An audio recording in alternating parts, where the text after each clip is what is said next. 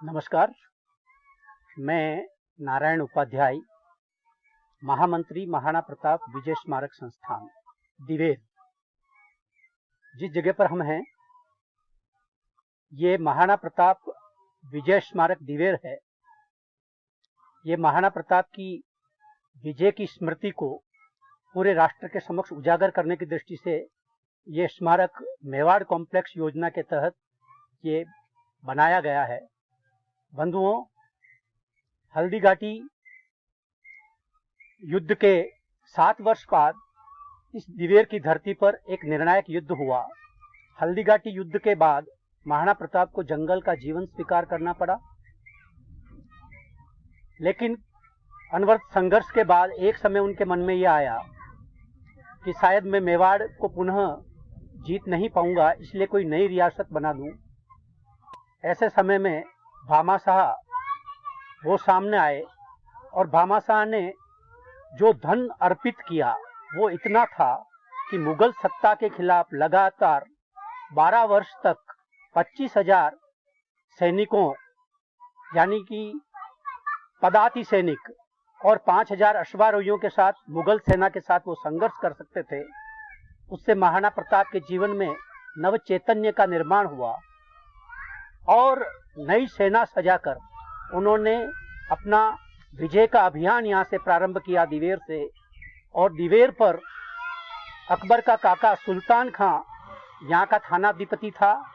वो मेवाड़ में नियुक्त 36 थाने थे, उन सब थानों का थाना अध्यक्ष था और उसके साथ 84 चौकियाँ भी स्थापित की थी, उसका भी वो अध्यक्ष था। तो सबसे पहले महाराणा प्रताप ने दिवेर को निशाना बनाया। जहाँ हल्दीघाटी का युद्ध 3 घंटे का युद्ध है, ऐसा माना जाता है कि दिवेर का युद्ध वो 2 दिन का युद्ध था। प्रथम दिन महाराणा प्रताप का सामना सुल्तान खां से हुआ। सुल्तान खां हाथी पर बैठकर युद्ध का नेतृत्व कर रहा था। तब प्रताप ने अपने भाले से और हाथी का कुंभस्थल फोड़ दिया। प्रताप के एक सैनिक ने, जो परिहार सैनिक था, उसने हाथी के अगले दोनों पांव काट डाले। हाथी धराशायी हो गया। तो सुल्तान खां जो है घोड़े पर बैठकर युद्ध का नेतृत्व करने लगा। उसी समय अमर सिंह जी, जो दिवेर युद्ध के सेनापति भी थे, उनका सामना हुआ। अमर सिंह जी ने भाले के एक वेग से सुल्तान खां को घोड़े सहित जमीन में गाड़ दिया। ऐसी स्थिति में युद्ध बंद हो गया, लेकिन जब तक भाला नहीं निकले, सुल्तान खां के प्राण नहीं निकल रहे थे, तो उसने प्रताप सैन्य शिविर में ये समाचार भिजवाए कि जिस सैनिक ने ये भाला घोंपा है उसे भेजा जाए, वो भाला निकाले, और मुझे प्यास भी लगी है, मुझे जल पिलाया जाए। तो प्रताप ने सोचा कि मुगलों के मन में कोई कपट हो सकता है, तो अमर सिंह जी को न भेजकर और उन्होंने एक भील सेनानी को भेजा। उसको देखकर सुल्तान खां ने कहा कि नहीं, मेरे मन में किसी प्रकार का कोई कपट नहीं है। मैं जिसने भाला घोंपा वो ऐसा लग रहा था कि जैसे वो कोई देव मानव है, वो धरती से लगाकर आकाश तक व्याप्त हो गया था। मैं उसका दर्शन करके अपना प्राण छोड़ना चाहता हूँ, मुझे प्यास लगी है, जल भी पिलाया जाए। तो प्रताप अमर सिंह को साथ लेकर स्वर्ण कलश में गंगाजल लेकर वो आते हैं और अमर सिंह को कहते हैं कि तुम इसका भाला निकालो। और महाराणा प्रताप स्वर्ण कलश से गंगाजल पिलाते हुए और कहते हैं कि हे सुल्तान खां, तुम्हारा मोक्ष हो जाए। बंधुओं, ये वो धरती है जहाँ दुश्मन के भी मोक्ष की कामना इस धरती पर की गई। इसी के उपलक्ष्य में दूसरे दिन जब युद्ध हमारा शुरू हुआ तो बहलोल खां सामने आया। महाराणा प्रताप ने तलवार के एक वार से और उसका सिरस्तान लोहे का, उसका कवच लोहे का, घोड़े की पाखट लोहे की, तलवार के एक वेग से घोड़े सहित वर्टिकल रूप से उसको काट डाला। मैं सोचता हूँ कि विश्व इतिहास में शौर्य की इससे अप्रतिम घटना कहीं नहीं हुई जो दिवेर में रची गई। और इसी प्रकार जब दोनों सेनापतियों का, मुगल सेनापतियों का नृशंस वध हो गया, तब संपूर्ण मेवाड़ से मुगल 84 चौकियां और 36 थाने स्वतः खाली करके भग गए। और जब महाराणा प्रताप यहाँ से कुंभलगढ़ गए, जिस कुंभलगढ़ को मुगल सेना को लेने में 6 महीने घेरा डालकर रखना पड़ा, वो ही किला महाराणा प्रताप जब दिवेर युद्ध के बाद कुंभलगढ़ पहुंचे तो वो खाली मिला। इस प्रकार जो है संपूर्ण मेवाड़ वो जो है मुगलों के कब्जे से मुक्त हुआ। बंधुओं, ये धरती जो है ये मेवाड़ मुक्ति की धरती है, ये मेवाड़ का मुक्ति धाम है।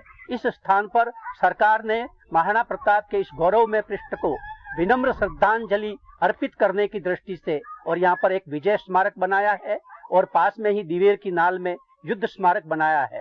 दिवेर का जो ये स्थान है बंधुओं, वो प्राकृतिक दृष्टि से भी बड़ा अनुपम है। यहाँ पर जल विभाजक रेखा है।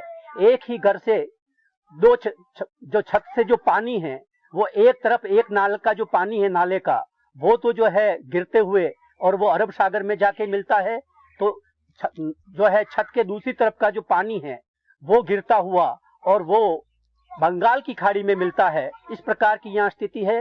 दिवेर की पहाड़ियों से 4 नदियां निकलती है। 3 का प्रवाह कोठारी नदी, चंद्रभागा नदी और खारी नदी, इनका तीनों का प्रवाह तो मेवाड़ की तरफ है। ये नदियां क्रमशः जाते हुए बनास में मिलती है, बनास चंबल में मिलती है, चंबल यमुना में और यमुना गंगा में। इसी प्रकार एक नदी जो है वो पश्चिम की तरफ उसका प्रवाह क्षेत्र है और वो जो है मिलती हुई और वो लूनी से मिलती है, लूनी साबरमती से मिलती है और वो पानी अरब सागर में पहुंचता है। बंधुओं, प्राकृतिक दृष्टि से भी दिवेर जो है 2 अभयारण्य क्षेत्र, विशेष करके टाटगढ़ रावली अभयारण्य क्षेत्र और कुंभलगढ़ अभयारण्य क्षेत्र का मध्य बिंदु है और दोनों अभयारण्य में अनेक प्रकार के हमको जो है जंगली जानवर जो है इसमें जो है विशेष करके भालू, सांभर, पैंथर, हिरण, इस प्रकार के जो है और सुअर, इस प्रकार के अनेक जानवर यहाँ पर पाए जाते हैं। जंगली मुर्गे भी विशेष रूप से पाए जाते हैं।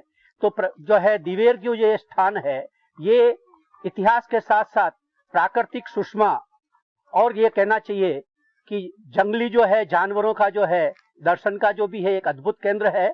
और मैं सोचता हूँ कि संपूर्ण भारतवर्ष से और यहाँ पर इतिहास की प्रेरणा लेने की दृष्टि से और प्रत्येक विद्यालय के विद्यार्थियों को यहाँ कार्यक्रम बनाने चाहिए। उनको जो है स्वतंत्रता की अमर प्रेरणा यहाँ से प्राप्त होगी। इसके अलावा जो भी इतिहास प्रेमी बंधु हैं वो भी आए। आपको आज जानकर बहुत अत्यंत प्रसन्नता होगी कि महाराणा प्रताप का जो ये स्मारक है पर्यटन विभाग की निगाहों में मेवाड़ का सबसे भव्यतम स्मारक है। यहाँ आने वाले जो पर्यटक हैं वो इसको जो है जो रेटिंग वाइज है वो 5 में से 4.8 रेटिंग इसकी चल रही है। यानी मेवाड़ में जितने भी स्मारक हैं उसमें सर्वोत्तम रेटिंग यदि किसी स्मारक की है तो वो दिवेर स्मारक की है। मैं सभी देशवासियों से निवेदन करता हूँ कि आप दिवेर दर्शन के लिए यहाँ अवश्य आए। ये महाराणा प्रताप की विजय स्थली, ये स्वतंत्रता का केंद्र, ये शौर्य की भूमि आपको आह्वान करती है कि आप दिवेर पधारें। बंधुओं, ये दिवेर का जो स्मारक है तो ये राष्ट्रीय राजमार्ग NH8 ये राजसमंद से और उत्तर की तरफ जो राजमार्ग चलता है राजसमंद से 50 किलोमीटर दूर और उदयपुर से 110 किलोमीटर उत्तर की तरफ स्थित है। तो इसी प्रकार जो है वो जयपुर से दक्षिण की तरफ और 300 किलोमीटर पर जो है ये स्थान है और NH8 से और केवल 1 किलोमीटर अंदर ही जो है ये स्थित है। जहां बहलोल खां का वध हुआ वो युद्ध स्थली यहाँ से 1 किलोमीटर पश्चिम की तरफ जो है दिवेर नाल में स्थित है। वहां पर भी जो है युद्ध स्मारक शौर्य स्थल बना हुआ है। वो भी जो है विजय स्मारक के दर्शन के पश्चात सभी पर्यटक जो है वो युद्ध स्थली स्मारक शौर्य स्थल पर भी वहां पर देखने के लिए पहुंचते हैं। मित्रों, ये जो स्मारक है ये अरावली पर्वतमाला जो भारत की मुख्य 7 पर्वतमाला हैं उसमें से एक पर्वतमाला और जो सबसे प्राचीन पर्वतमाला कहलाती है उसके केंद्र में स्थित है। यहाँ का मौसम जो है वो अपूर्व रहता है, समशीतोष्ण रहता है। गर्मी में भी यहाँ पर जो है कभी भी जो है 35 डिग्री से ज्यादा तापमान यहाँ पर कभी भी नहीं होता। इस प्रकार बहुत सुहावना जो है मौसम यहाँ पर सदैव बना रहता है। और यहाँ पर आने वाले पर्यटकों की दृष्टि से और विशेष करके स्मारक पर भी जो है एक रेस्टोरेंट और कैफेटेरिया है। किसी प्रकार सभी प्रकार के जो है स्नैक्स की और ब्रेकफास्ट की और डिनर और लंच की व्यवस्था यहाँ पर बनी हुई है। पर्यटकों के ठहरने के लिए जो है आसपास जो है 10 किलोमीटर की रेडियस में बहुत अच्छे होटल है। किसी प्रकार का जो है पर्यटकों को आने का जो है मैं सोचता हूँ कि सभी सुविधाओं से युक्त ये दिवेर का स्मारक है। बंधुओं, दिवेर के आसपास जो है विशेष करके आम के पेड़ और सीताफल के पेड़ ये प्राकृतिक रूप से उगते हैं और हजारों की तादाद में जो है सीताफल और आम के पेड़ यहाँ पर मौजूद है। एक प्रकार से ये दिवेर का वैशिष्ट्य ही कहा जाएगा। बंधुओं, दिवेर के आसपास जो है विशेष करके आम के पेड़ और सीताफल के पेड़ ये प्राकृतिक रूप से उगते हैं और हजारों की तादाद में जो है सीताफल और आम के पेड़ यहाँ पर मौजूद है। एक प्रकार से ये दिवेर का वैशिष्ट्य ही कहा जाएगा।